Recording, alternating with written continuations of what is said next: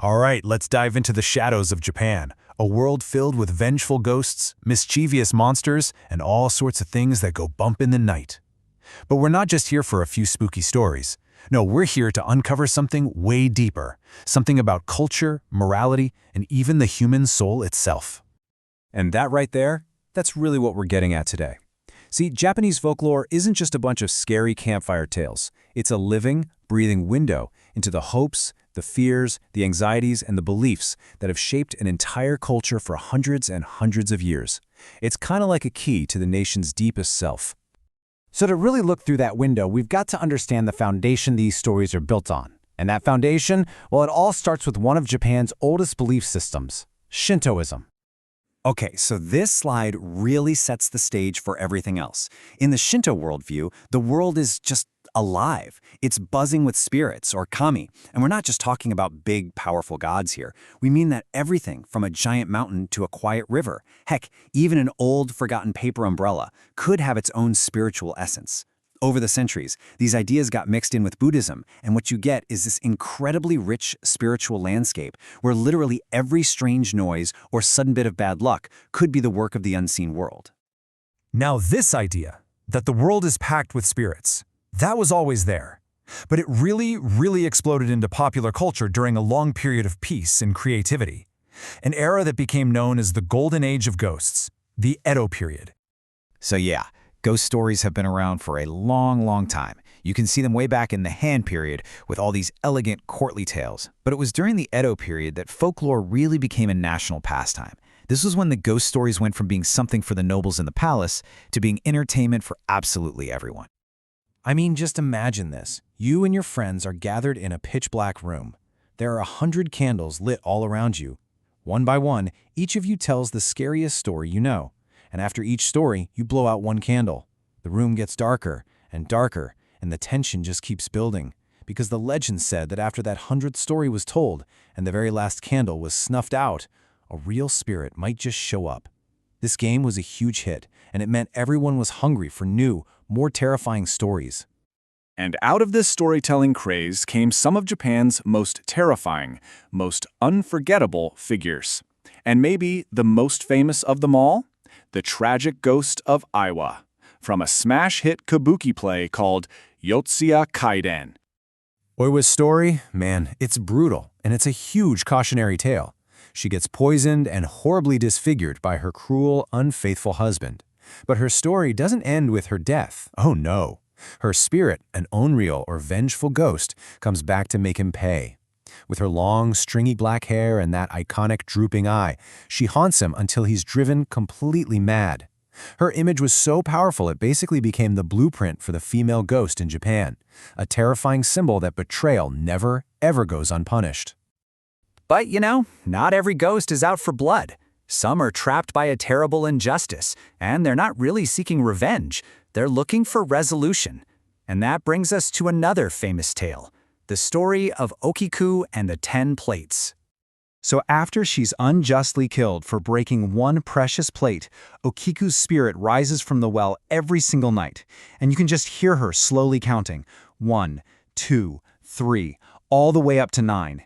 And then she just lets out this horrible, heartbreaking shriek.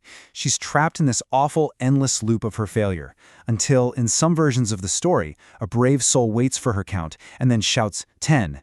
By finally acknowledging what was lost and completing her task, her spirit is finally able to find peace. Okay, so these are amazing stories, right? Super creepy. But what are they really telling us about the culture that dreamed them up? Well, if you look past the scares, these ghosts and monsters reveal some of Japan's deepest anxieties and beliefs. One of the biggest tensions you see everywhere in Japanese folklore is this line between the human world and the wild world. On one side, you've got the village. It's orderly, it's safe, it's human. But on the other side, you have the untamed mountains, the deep forests. That's the realm of chaos, of nature's raw power, and of strange creatures called yokai. So monsters like the bird-like tengu from the mountains or the river-dwelling kappa, they aren't just monsters. They're the personification of a natural world that is powerful, unpredictable, and deserves respect. So, where are you most likely to have a run-in with one of these beings? Well, the answer lies in this fascinating concept called liminality. These are the thresholds, the in-between places, where the veil separating our world from the spirit world is at its absolute thinnest. Just think about it. Twilight. It's not day, but it's not quite night. The Japanese even called it who is it time, because in the dim light you couldn't really be sure who or what was walking towards you. Creepy, right? Or a bridge. You're not on one side of the river or the other. You're in the middle. Mountain passes, crossroads, even the doorway to your own home. These are all liminal spaces where you had to be extra careful because you just never knew what might cross over. And this ties into another huge idea, kagera, or spiritual pollution.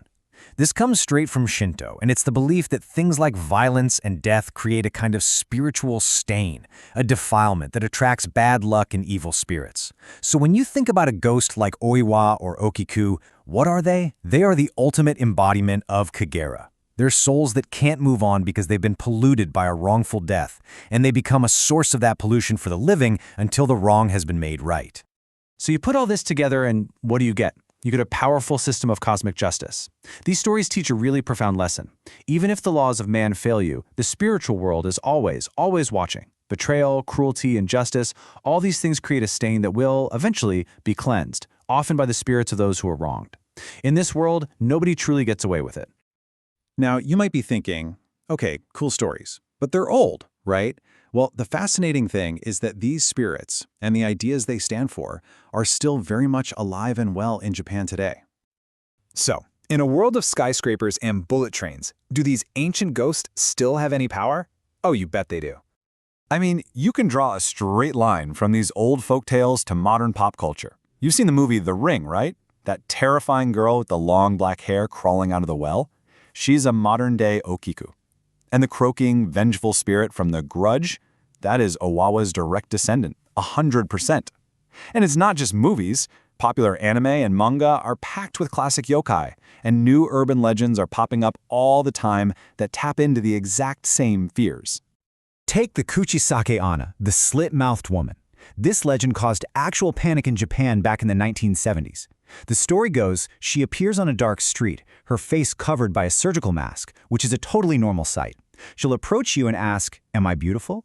If you say yes, she rips the mask off to reveal a gruesome mouth that's been slit from ear to ear and asks, "How about now?"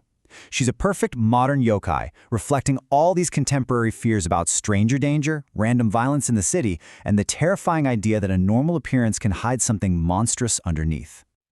So, you see, from the vengeful Oiwa to the modern slit-mouthed woman, these have always been more than just stories. They're a mirror reflecting what a society is afraid of, what it values, and how it tries to make sense of a chaotic world. And that leaves us with one final thought to chew on. What are the monsters and ghosts of our own time? And what do they say about us?